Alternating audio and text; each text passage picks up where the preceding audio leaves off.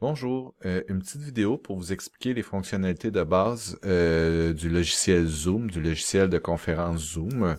Donc, si vous êtes habitué avec des logiciels comme Skype ou VIA, ça sera pas un problème pour vous de d'utiliser cette plateforme-là. Donc, je vais faire comme lorsque vous achetez une nouvelle voiture, on n'est pas en train de vous montrer à réapprendre à conduire, mais on vous montre comment fonctionne l'air climatisé, puis comment activer la radio et ainsi de suite. Donc, c'est ce que je vais faire avec vous dans les 5 à 10 prochaines minutes pour chacune des fonctionnalités de la plateforme Zoom. Donc, en bas à gauche ici, on a le micro. C'est l'endroit qu'on va utiliser pour le mettre muet ou le réactiver. Donc, si vous voulez pas que les gens en ligne vous entendent, n'oubliez pas de mettre votre micro muet, sinon ils vont entendre tout ce qui se passe chez vous. Avec la petite flèche sur le côté, on peut venir activer le micro. Donc, on voit ici, moi, que j'utilise le microphone Yeti stéréo microphone. Ici, on voit Realtek Audio, qui est le microphone du portable. C'est pas celui-là que je veux utiliser. Ensuite de ça, intervenant, c'est l'endroit où mon son sort. Donc, j'ai un écran Samsung, je pourrais faire sortir par les speakers de mon écran. Je pourrais les faire sortir par les haut-parleurs de mon portable et je pourrais, là, j'ai choisi de le faire sortir par mon micro dans lequel j'ai connecté mes écouteurs. Je préfère ça, c'est une question de goût. Par la suite, je pourrais même aller faire des tests de haut-parleurs et de microphone pour m'assurer que tout est fonctionnel. On enlève le menu, je peux activer ou désactiver ma caméra. Encore là, on peut venir faire le choix. On pourrait connecter deux caméras. J'ai la caméra de mon portable. Je pourrais avoir une caméra Logitech et je choisirais ma caméra Logitech pour l'activer. C'est à cet endroit-là qu'on peut le faire. Si jamais ça vous intéresse comme animateur, vous pouvez même vous mettre un fond vert, puis venir choisir un arrière-plan virtuel pour éviter que les gens voient ce qui se passe dans votre maison. Donc, c'est un petit bonus de la plateforme Zoom. On continue, donc on a le bouton inviter. Dans le bouton inviter, ce qu'on peut faire ici, c'est envoyer par Zoom avec l'adresse de courriel une invitation à quelqu'un pour qu'il vienne rejoindre la conférence, ou on peut tout simplement copier l'URL et l'envoyer par n'importe quel moyen, Messenger, Facebook, comme vous voulez. Donc c'est un moyen rapide de rapatrier des gens dans notre séance qui auraient pu oublier le lien. Par la suite, le bouton participant, ça devient important. Donc, les gens qui sont habitués à VIA, vous avez souvent votre caméra avec l'image les noms de toutes les personnes juste en dessous. Donc, c'est ici, on l'a dans l'onglet participant. L'onglet participant, eh bien, on a ici tous les boutons d'action, lever la main, baisser la main que les étudiants vont avoir. Je peux répondre oui. Si l'enseignant voit que les gens ont oublié de rebaisser leurs mains, on peut venir avec la petite effacer tout l'état des participants. Je peux mettre tous les micros muets. C'est important quand on entend des gens choumer puis qu'on demande de fermer les micros, mais qui oublient que c'est eux autres que leur micro est ouvert, on peut mettre tout le monde muet. Ou je peux activer tous les micros aussi. Quand je veux que les gens parlent, ils parlent, mais ils oublient que le micro est pas activé. Donc, je peux toutes les activer d'un coup. Donc ici, dans plus, on a coupé le micro à l'entrée. Si je veux que les gens, leur micro soit coupé lorsqu'ils se connectent dans la séance Zoom, je viens cocher ça ici. Je peux permettre aux participants de réactiver eux-mêmes leur micro, ou ça peut être seulement moi qui l'active. Lorsque les gens se connectent dans la séance, sonner le carillon à l'entrée et à la sortie. Donc, si ça vient dérangeant pour vous quand des personnes se connectent parce qu'ils arrivent en retard ou ils quittent à l'avance puis que le carillon sonne, ça vous dérange, vous pouvez venir le faire ici. Et vous pouvez aussi venir verrouiller la réunion. Donc, une fois que le cours est commencé, si vous voulez plus que personne rentre dans la réunion, vous pouvez venir la verrouiller. Ça a un problème, par contre, si jamais pendant la réunion, quelqu'un que sa connexion Internet manque et ils sont déconnectés de Zoom, ou par accident, ils cliquent sur le X puis ils ferment Zoom, mais quand ils vont vouloir se reconnecter, ça fonctionnera pas, là. Donc, c'est à vous de le gérer de la façon que vous aimez le mieux. Donc, ça ici, c'était dans le petit onglet « Plus ». Chaque personne, lorsqu'on passe le curseur de notre souris en survol dessus, on peut venir mettre seulement la personne. Donc, si moi, je voulais mettre Eric muet, je pourrais cliquer sur « Muet », puis il y aurait seulement cette personne-là qui serait muet.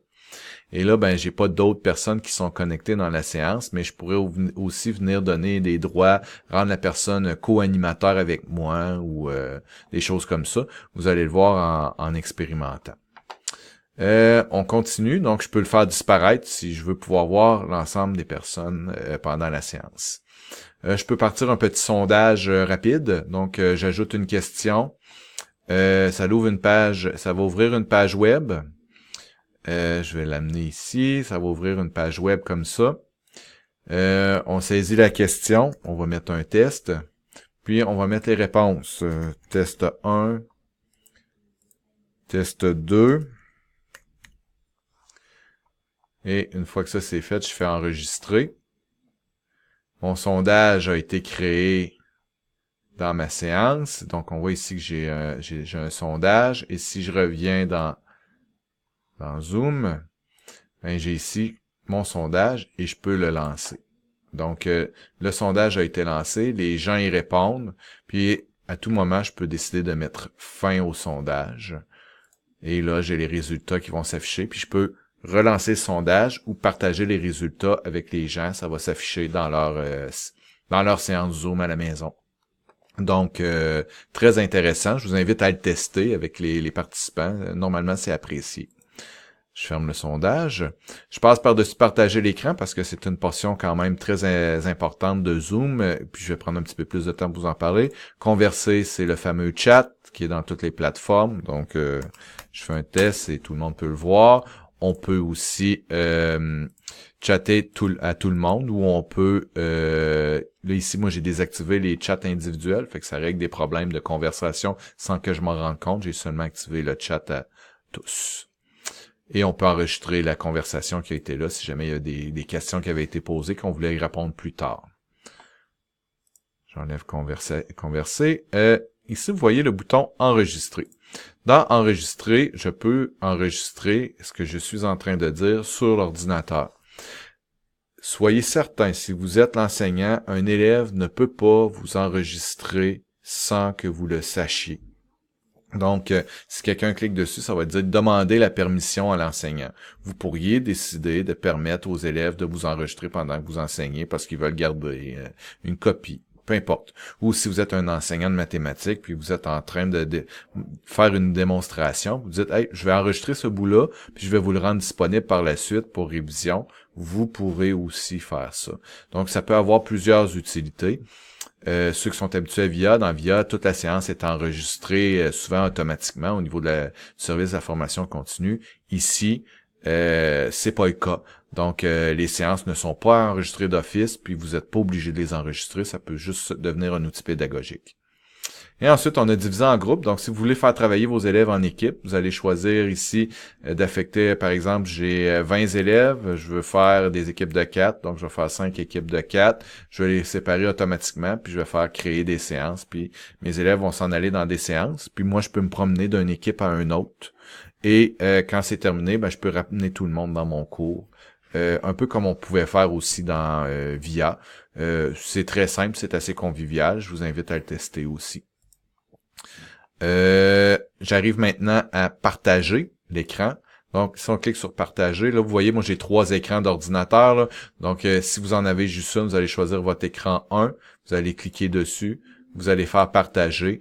Et là, ben, si vous avez une PowerPoint ou des courriels ou peu importe, vous allez pouvoir partager votre écran puis montrer ce que vous êtes en train de faire. Donc, contrairement à la plateforme VIA où on dépose des documents, on dépose des PDF, puis on montre ces PDF-là, nous, on peut montrer tout ce qu'il y a sur notre ordinateur. Ce qui est important, c'est de faire un partage d'écran. Comme ça, et de choisir l'écran et non une application. Par exemple, si je partage juste cette page web-là, ben si je sors de la page web, je pourrais pas montrer d'autres choses. Donc, on partage l'écran au complet. Je pourrais partager un tableau blanc aussi ou qu'on pourrait écrire avec nos souris. Un autre élément qui est important, je vais le fermer. Si on vient sur la petite flèche ici, je pourrais permettre à plusieurs participants de partager simultanément leur écran. Ce que ça veut dire, c'est que, par exemple, je fais faire un examen sur un logiciel Excel, par exemple. Puis, je veux que pendant l'examen, je veux pouvoir aller voir ce qui se passe sur les écrans de tout le monde. Fait que je vais dire à tout le monde, plusieurs participants peuvent partager simultanément. Ils vont tous partager leur écran, puis moi, par la suite, je vais pouvoir passer de l'écran d'une personne à un autre pour aller voir ce qui se passe sur leur écran. Donc, ça fait un peu un outil de télésurveillance aussi, direct sur ce qui se passe dans l'écran de la personne. Et si j'enlève ici un participant à la fois peut partager, et je reviens à partager ici, donc il y a deux petits onglets importants. Si vous voulez partager et montrer une vidéo à tous, dans VIA par exemple, il fallait partager un lien, la vidéo démarrait à distance, puis on n'avait plus de contrôle sur cette vidéo-là. Ici dans Zoom, je partage mon écran, j'oublie pas de venir cocher partager le son de mon ordinateur et optimiser pour un clip vidéo plein écran. Je fais partager. Je démarre ma vidéo dans YouTube, puis tout le monde va la voir en même temps. Ce qui est intéressant, c'est que je peux même faire une pause dans ma vidéo, faire prendre conscience d'un élément qu'on voit dans la vidéo et refaire play, puis tout le monde va suivre, tout le monde va arrêter en même temps. Donc, et ça fonctionne très, très bien. Ça fonctionnera pas bien si vous oubliez de venir partager le son et optimiser pour un clip vidéo plein écran. Si vous n'avez pas coché ça, ça risque de laguer, d'avoir des coches. La vidéo sera pas intéressante. Donc, ces deux petites coches-là sont importantes lorsqu'on partage l'écran pour montrer une vidéo. Ça fait à peu près le tour. Je vous invite avec Zoom à demander aux gens de garder leur caméra ouverte pendant la formation. C'est super intéressant, c'est très stable, ça fonctionne bien. Ceux qui sont habitués avec VIA, on demandait tout le temps de tout fermer les caméras. Avec Zoom, le protocole pour les caméras est excellent. Donc, vous allez pouvoir vous voir, ça personnalise la formation en ligne. C'est beaucoup plus intéressant pour l'enseignant et pour l'étudiant. On a moins de l'air de parler à un écran vide, puis les échanges, on peut voir dans les yeux des gens s'ils comprennent ou s'ils comprennent pas. Donc, la plateforme est très intéressante pour ça. C'est un bref survol d'une formation que je donne en 1 heure et demie. Normalement, on approfondit, on teste, on pratique des choses.